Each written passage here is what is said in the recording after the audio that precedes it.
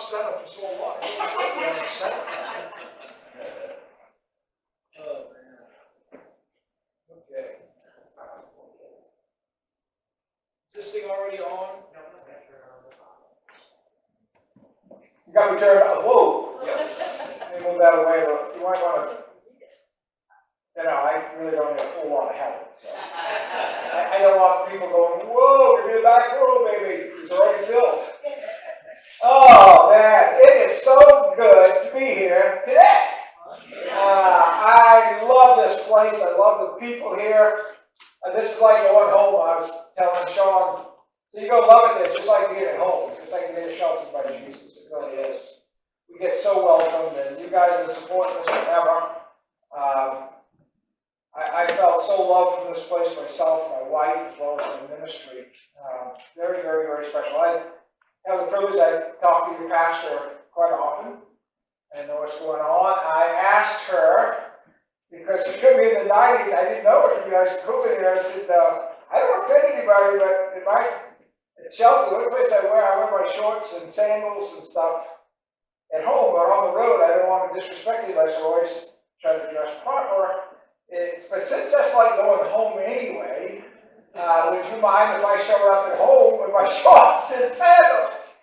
And she says, no. So I want you to know, I got permission to dress like this. So if I offended anybody, talk to the pastor because she okayed it. All right? Make a memo. Make a memo. So, yeah. That's how I am, baby. Not everybody says that because they know how I am, so they're real careful about saying that. Well, let's have a word of prayer, and let's see what Jesus has to say today. I'm kind of interested too because I ran through this quickly last night after my message. Dad, thank you so much for this privilege of being here with you people. Thank you for the heart of the pastor and the leaders and the folk, Lord, that all support this ministry. And they support this one, but it supports many of us, Lord. Thank you for their heart, for the hurting, for the homeless, for us. And now I hear about working with youth and stuff, and I know where their hearts are, Lord. It's a servant's heart. Thank you. Thank you for the honor of allowing me to be here with them today. I pray what comes out of my mouth this morning is going to inspire them because it's going to be from you. All about you, Jesus. And so please, don't let it get in your way. Holy Spirit, I pray for Acts 2 power. And I open my mouth just like Peter did. You're coming out. And they're going to say, how did such a dumb person come up with such great stuff? It's because he's been with Jesus. And so Jesus, have your way. Amen. I put up the title last night. It's called No Time to Surrender. And it's really been inspired by what's been going on in our shelter lately. I preached a message last night, and some of the stuff will be there, but I didn't want to preach the same one I did last night because Charlie here shares it every week, and I'm going, everybody's already heard it. I don't want to go up and do redos. So I said, God, give me something a little extra, but he's kept this on my heart to share because I think it's so important for everybody, all of us in all walks of life. Every one of us is doing battle in some way. We're not all addicts, but we all have our own situations. It's family problems, it's health problems. And there's times we just want to throw our hands up in the air and go, it just ain't worth it anymore. And I don't think I'm blowing smoke. But we deal with the homeless all the time, something, especially he's on the ground all the time. I'm not there all the time, but I get to meet him. But you see people coming in, and they pretty much surrendered. They come in hopeless. We had a family of 5 just come in, and the youngest one's 3. I said 2 or 3. I guess Miss guessed the middle one. I said she was 12. I found out she was 16 next month. She let me know she wasn't 12. Teenagers don't think that's funny at all. Now if I go up to an older lady and I tell her, wow, you look 40 and she's 70, I get a big hug and a kiss. It's like, come on, buddy. You tell a teenager she's a year younger than she is and she wants to shoot you. It's like, wow, back it up, ladies, back it up. It's like, yeah, young man, honest mistake. You're not going to guess the ages of young girls anymore because they don't work. But the little 3-year-old, the first day they were there, I was in the room with them, and she's just the cutest little girl. And she looked at me and she says, thank you for my bag. They've been in Tent Village Bangor. I got a call, they were doing math and everything in there. They put everybody in Bangor, they shoved them into one place now. I've gone around, they've driven them off, and they're out back in the woods out of the way. And that little girl, these 3 girls were there, and they were sleeping on the ground in the tent. And for her to see a bed and be safe, it meant so much. And to watch it come along, the 16-year-old had been on meth. She'd been clean for 7 months, and she really wants to get her life together, so I went and I talked to the manager, Dunkin' Donuts, who hired my people in the past, and I said, I got this young girl, and so she went in and put in an app. She said, just tell her to come see me. She took care of it. And she's learning right now. She's over there learning. But I watched lives changing.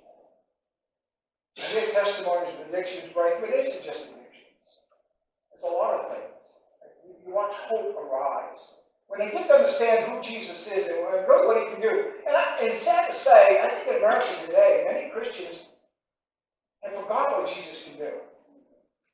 And too many of us throw our hands up and you get too quick. I put myself in the loop.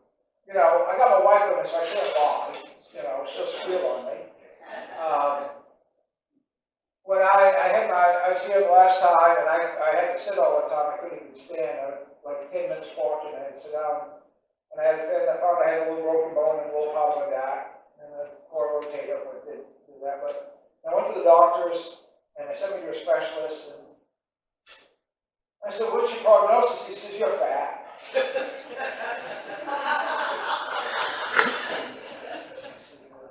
Yeah, that was an eye-opener.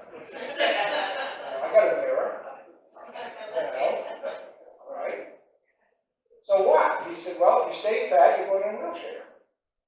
He said, so you got a choice. He said, you're close to a walker right now by your x-rays. And he said, from there it's a wheelchair unless you lose a lot of weight. And so I weighed 298 less than 3 months ago, and right now I weigh 263. But that's all. That's a lot of prayer.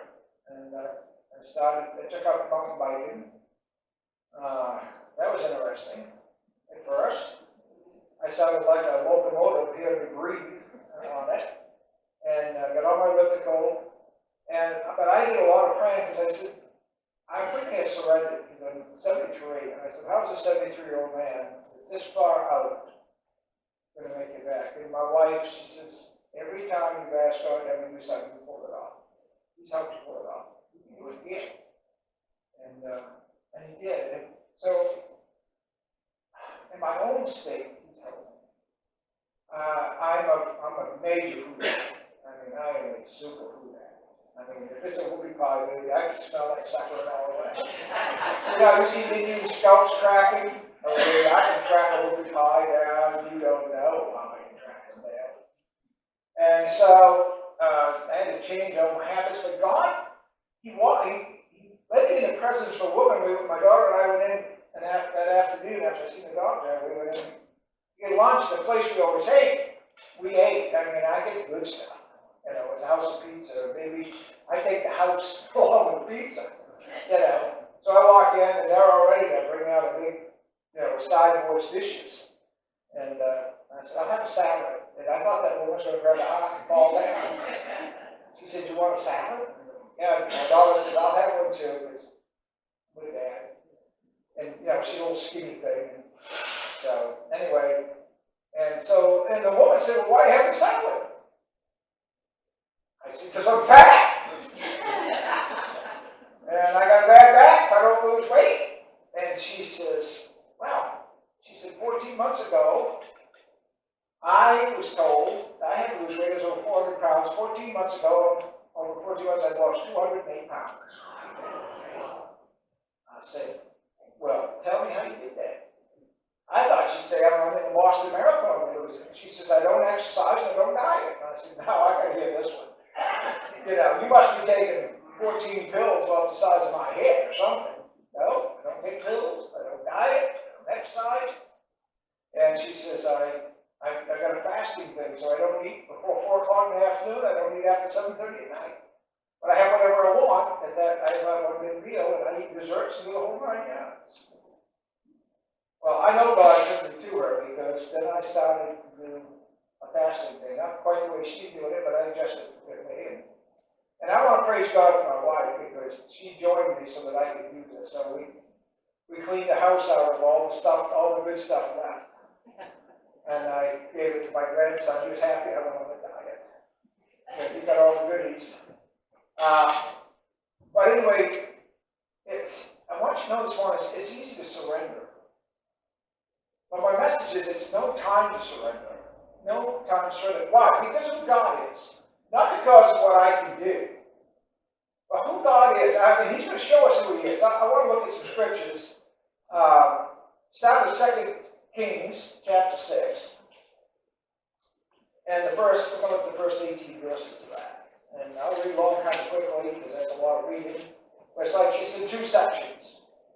It says, the company of the prophets said to Elisha, look, the place where we meet with you is too small for us. Let us go to Jordan where each of us can get a pole and let us build a place there for us to meet. And he said, no. And then one of them said, won't you please come with your servants? And I will, Elisha replied. And he went with them. They went to the Jordan and began to cut down trees for a place to meet. As one of them was cutting down a tree, the iron axe head fell into the water. Oh no, my Lord! Can't cut a tree without an axe head. He cried out, it was borrowed. This is my buddy's axe head, man. The man of God asked, where did it fall? I love this. When he showed him the place, Elisha took a stick and threw it there and made the iron float. Lift it out, he said. The man reached out his hand and he took it. Now, why would God do something like this? What difference is it? Okay? It was to show them who God was, and that Elisha was truly the prophet of God. I want to tell you something this morning. One thing about God you may not know. God likes to show off. He loves to show off. He wants glory. And the way he gets glory is showing up. How does he show off? With us. When the homeless get up and give testimonies, he's showing off. Because they're amazed at what's going on in their lives. When they get up and, I'm clean from drugs, I'm clean from alcohol. I'm losing weight, I'm exercising. I got a gal now because what's going on, and she's a big gal, she's been picked on her whole life, and she surrendered to it. Well, she told me the other day, she said, I started walking around the church here. I did 5 laps, walked 5 laps. I almost died. I did 5 laps. This morning, as I said now, she says, I'm up to 7. I praise God, man. I said, you know, the people who picked on you, they're going to pick on you forever. God gave her the strength, and she stopped surrendering. And she's finding out with His strength, she can do what she didn't think she could do. Because being overweight, she has aches and pains in her back and her legs, and they go with being overweight. I know, because I was fat. All right? I understand the fat problem. I don't understand the alcohol problem. Charlie can deal with that. Or the drug problem. Sean can talk about some of that. Or whatever. He didn't do that. He knows about drugs. But I got different ones to tell you about their problem. But I can talk about the fat problem. All right? And she has my problems. She loves food. But she's going. She said this morning, I started to fast like you're doing. I'm trying that. And I can't get on a bike yet. I'm too embarrassed to try that. I started off. It's just like the axe coming out. God just going, here we go. We got victory coming. But you can't get victory if you surrender. There'll never be a victory unless you surrender. Last night my message was, hey, it's your move. Well, this is going to be simpler. Because if you surrender, you're never going to make it. God can't work with you unless you work. It blows my mind how many Christians I hear going, well, I pray to God and all this stuff's going to happen and I just get a job and I'm going to get this and go, what are you doing to get it? Well, I'm waiting for God to give it to us. I said, where did you read that in the Bible? Man, living. I mean, you go to a bus station waiting for a bus, but you know the bus is coming, right? That's the only time you're set. Is a bus station. In life, there is no bus station. You've got to be on the move. You can't be sitting back. You can't say, God, give me the strength to do something. You sit back and go, okay, God, go do it. You go get it, God. I'm waiting there. You can wait a long time. Then it goes on, Elisha, he shares something. You want to talk about no time to surrender. Goes on to verse 8, says, now the king of Aram was at war with Israel, and after conferring with his officers, he said, I'll set up my camp in such and such a place. Well, the man of God sent word to the king of Israel, beware of passing that place, because the Arameans are going down there. So the king of Israel checked on the place indicated by the man of God. Time and again, Elisha warned the king so that he was on guard in such places. This enraged the king of Aram. He summoned his officers and demanded them, tell me, which of us is on the side of the king of Israel? None of us, Lord. My lord the king. Said, well, but Elisha, the prophet who's in Israel, he tells the king of Israel the very words you're speaking in your bedroom. Now that would make me nervous. No, anyway. Go find. Sorry, Lord, I wasn't doing it. My wife is already hanging her head, getting ready. Go find out where he is, the king ordered, so I can send men and capture him. The report came back. He's in Dothan. Then he sent horses and chariots and a strong force, and they went by night. They surrounded the city. I love this stuff. When the servant of the man of God got up, he went out early the next morning, an army with horses and chariots had surrounded the city. Oh, no, my Lord, what shall we do? The servant asked. Ooh, it's bad. It looks bad. I love this stuff. Don't be afraid, the prophet answered. Those who are with us are more than those who are with them. And you know that what you're going, yeah, right. People don't always believe God's in control. You know, you say it, so I can't see it. Right? And Elisha prayed, open his eyes, Lord, so he may see. Then the Lord opened the servant's eyes. He looked and saw the hills full of horses and chariots and fire all around Elisha. As the enemy came down toward him, Elisha prayed to the Lord, strike this army with blindness. So he struck them with blindness, as Elisha had asked. You know what? I can't see the army of angels around us, but they're there. And I can tell you one thing, when you get ready to surrender, just keep in mind, there's an army. You're not outnumbered. You just think you are. Because all you can see and feel is what's right there in front of you. These guys, they didn't see an army. They were scared for a reason. I mean, they could count. They looked out there. We're outnumbered, man. How are we going to win this battle? And Elisha said, oh, if you could only see what I see. And he said, Lord, just give a peek. Give a peek. That's how they respond now. Can you imagine that when they saw that boy? Hey, Chicky baby, come on. Come on, boys. Bring them on, because you can't see them, but this chariots of fire going to eat you suckers up. Man, and they're all around. Oh yeah, our numbers look small, but that's because you're only counting us. And when you look at a church even this size, you go, what can this church do? Well, don't look at it that way. Ask yourselves, what can God do with my church? What can God do with me as an individual? Because amazing things are going on. Right now in Bangalore, there's a group, and they're on fire for Jesus. They read my book, they got all fired up. They're called Grace Abundant. We were there this week. They're tearing down a house, they're going to build up an outfit, and they're going to have a place to teach carpentry skills in a barn. They're getting set up. I mean, it's going to be an unbelievable place. And it just come up almost overnight. And they said, we read the book, we saw what God did for you, and we're telling people, why can't God do that for us? Why are those miracles only in Skowhegan? Well, they're not. God does not just live in Skowhegan. A dumb hick lives in Skowhegan. God knows. He just happens to use a dumb hick that happens to be in Skowhegan. And now these guys, they're pouring it on, man. Now they got a group together, they got 6 churches coming together. And they got 2 construction companies that are on the board going to do the work. I mean, it's like, whoa, man.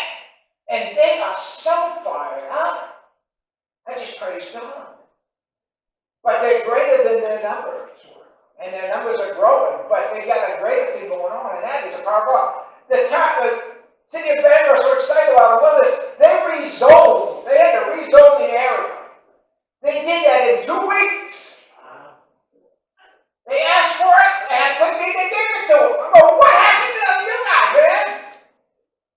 I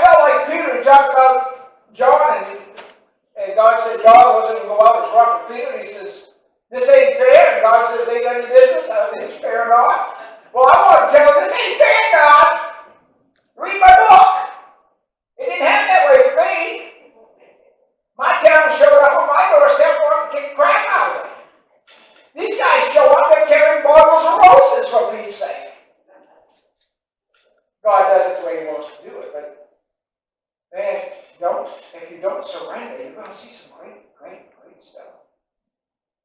And the testimonies will ring out, man. They're going to ring out. So many times, marriages, people surrender in their marriage. They think there's no hope. You know when there's no hope? It's when we quit. It's when we quit. The same way with addictions. I see people beat the addictions through the power of God. And I see others go, well, I just beat it. And they just hang with it. They surrender. I'm going to tell you right now, for a believer, there's never a good time to surrender. No matter what's going on in your life. I've seen healings. I've seen marriages put together. I've seen addicts win their battles. I've seen finances come in when there was no idea that a place is going to come from. It comes out of nowhere. I've seen the craziest stuff in my life since I've worked in Shelters by Jesus. I've seen it. I've seen hopelessness turn to hope. It's an amazing thing to watch. When I was down in Arkansas, I was at a homeless shelter, and the guys were coming in, and I watched them march in. My wife and I watched them march in. You should have seen them. Charlie, you deal with a lot of addicts and all that, and you look in their eyes. You see, you know what I'm talking about? There's a hopelessness. They weren't all addicts, but you could see they come in and they were carrying their stuff. They had shoes under their arms, and they were coming in. To go to a meal, you had to go to a service, and so I was an addict. I just started sharing about the miracles that God was doing in our shelter with the homeless.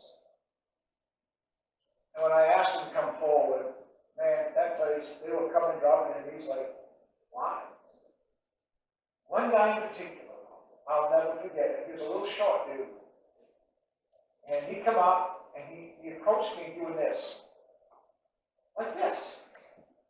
And I'm looking at him and he looked right at me and goes, I felt it. I said, wow. I felt it. When I prayed, I felt it. And the tears were streaming and his eyes changed.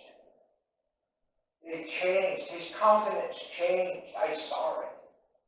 For a moment, he decided it ain't time to surrender. Hope has come in the form of Jesus Christ. Axes float on water. Chariots of fire surround. When you got Christ on your side, when you got the power of God present, crazy stuff happens. Now that's Old Testament, but let's look quickly at the New. I don't know how am I doing on time, guys? You don't have very long. I'm doing all right? Just keep going. Okay, even in shorts, I can. We don't You only got that long in shorts? I told you. It's Actually, I look pretty good in them, don't I I? think you're Yeah, the men are jealous, the women are swooning. I know how it is. I can't help myself. Okay, Acts chapter 12. I think somebody flipped something in my coffee this morning. I gotta blame it on something. My wife's back there swooning now, so all It's of the a Holy sudden. Spirit. The Holy Spirit swooning. All right, here we go. Acts chapter 12. These passages, man, you can't go over them and not get your hope built. It was about this time that King Herod arrested some who belonged to the church, intending to persecute them. He had James' brother John put to death with the sword. When he saw that this was met with approval among the Jews, he proceeded to seize Peter also. This happened during the festival of unleavened bread. After arresting him, he put him in prison, handing him over to be guarded by 4 squads of 4 soldiers each. Now that's pretty good. You got 16 guards, right? I went to school too, you know. I did. This happened during the festival of unleavened bread, and after arresting him, he put him in prison. Okay, I already read that. Herod intended to bring him out for public trial after the Passover. So Peter was kept in prison, but the church was earnestly praying to God for him. The night before Herod was to bring him to trial, Peter was sleeping between two soldiers, bound with two chains, and sentries stood guard at the entrance. Luke, as he writes, is making sure that you get the picture. This is as desperate as it can get. This, if you're going to surrender, your hands go up right now. It's like, there is no way, nothing's going to keep me from dying. I want to see Jesus in person tomorrow. That's how it's going to be. Suddenly, an angel of the Lord appeared, a light shone in the cell. He struck Peter on the side and woke him up. Quick, get up, he said. The chains fell off Peter's wrists. Then the angel said to him, put on your clothes and sandals. And Peter did so. Wrap your cloak around you. Follow me, the angel told him. Well, Peter followed him out of the prison, but he had no idea that what the angel was doing was really happening. He thought he was seeing a vision. He was still asleep. They passed the first and second guards, came to the iron gate leading to the city, and opened for them by itself. Now that would make the shivers go, maybe. There was no electric eyeballs like there are today. I mean, they didn't hit a switch. They didn't have them back then. So if you're thinking, Lord, there was a switch somewhere, no. They went through it. When they had walked the length of one street, suddenly the angel left them. Then Peter came to himself and said, now I know without a doubt, the Lord has sent his angel to rescue me from Herod's clutches and from everything the Jewish people were hoping would happen. Now I'm telling you, if you've been to the point you thought it was time to surrender, you've never been any further or closer to surrendering than this. That's as close as you can get. In the morning, you die. You got 16 people making sure you're alive in the morning so they can kill you. All right? You ain't going nowhere. You're scared right there. There you are. And then what happens? An angel shows up. And all of a sudden, the whole situation just changes. Like that. That's how quick God can change the situation. When God's power hits, things can happen fast. Fast. It's amazing. Okay, so if you're here this morning, and you are here this morning, I can see you. And you're not in a flaming chariot, so you're not a bunch of angels. You devils, maybe, I don't know. Yes, I'm sorry. And your situation this morning is tough. I want to encourage you, don't surrender. Cry out to Jesus. And when he answers, pour out the glory. Let people know this is what Jesus did. This is what Jesus did. Let the testimonies ring out. Because he wants to show off, but he shows off, so you'll open your mouth and give him the glory after he shows off. He wants everybody to know, I'm God. I'm really good at this. I'm God. And the stuff I can do is amazing. I can make an axe and come up on top. I can send angels to surround this place. I can open up a prison and I can walk somebody out. What do you think I can't do for you? What is it? What's going on in your life today that's more than you can handle that you've got to surrender? You've got me in your life. If you've got one, I want to hear that one. Because Old Testament and New, we look at both of them. The God of the Old Testament is the same God of the New Testament. And I'm going to tell you something. He's the great I am. He's not the great I was. Too many Christians think he's the great I was. But he's the great I am. And stuff is going on. I watch it weekly in the shelter. And I see Jesus show you, I am who I am, the way I am. Yeah. Oh, if we could just grasp what God is capable of. And then through prayer, let him apply it into our lives. We got guys right in our shelter right now that have cancer and they're cleaning cancer. Very good testimony. We've had so many people come in there. I mean, God don't cure them all. You know he ain't gonna. I've heard people say, well, why don't he heal everybody? Well, blame it on Adam and Eve. They screwed up, man. They brought sin into the world, and sin means death. So we're going to die unless the rapture happens. You know, you ain't getting out of here alive. You got out alive, but not in this body. You're just going to switch and go alive. So death's going to happen, one way or another. But there's times when God just wants to show you who He is, and He'll heal you up and show you who He is. Now, why does He heal one, not the other? That's His choice. But He's still God. And I've had people say, God doesn't exist because He didn't show up for my family. Well, He showed up for somebody else's family. He showed up for yours too, you just don't know how He showed up.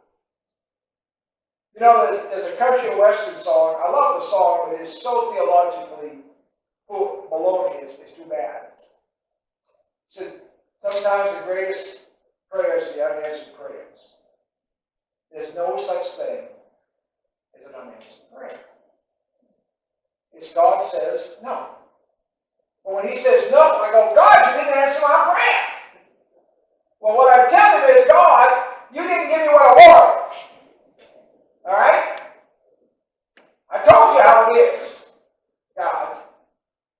Yeah, the God does all this. How do you think He makes out? Let's tell Him how to do it. You know, one of my favorite passages is Job. If anything bad happened, it was Job. And then he's going, oh, you and I, we're going to sit down and talk about this guy. That's a paraphrase. Right? But he says, I can't wait for the day face to face. I want to make you tell me why things happen right. It ain't fair, God. I'm doing everything right. God says, yeah. Then come time, He says, you ready, Job? Let's go. Get to Job, and Job, he starts telling about how I created him. I love Job. He says, shut my mouth. Just shut my mouth. I had my chance to talk to God. I found out that's not what I wanted to do. And I found out God was in full control of my situation. And He double blessed it afterwards, after He made me feel terrible. For feeling terrible. So I don't know what your situation is this morning. I don't know if you're battling food addictions like me. I don't know if you're battling drug, alcohol. I don't know if you're battling a tough marriage. I don't know if you're battling an illness. I don't know. But all I can tell you is this, please, don't surrender. Just don't surrender. The only time it's time to surrender is when you stand face to face with Jesus and He says, it's over, well done. As long as you're sucking breath, you're surrounded by angels, and there's no time to throw your hands up in the way. Go for it. Just go for it. I'm done.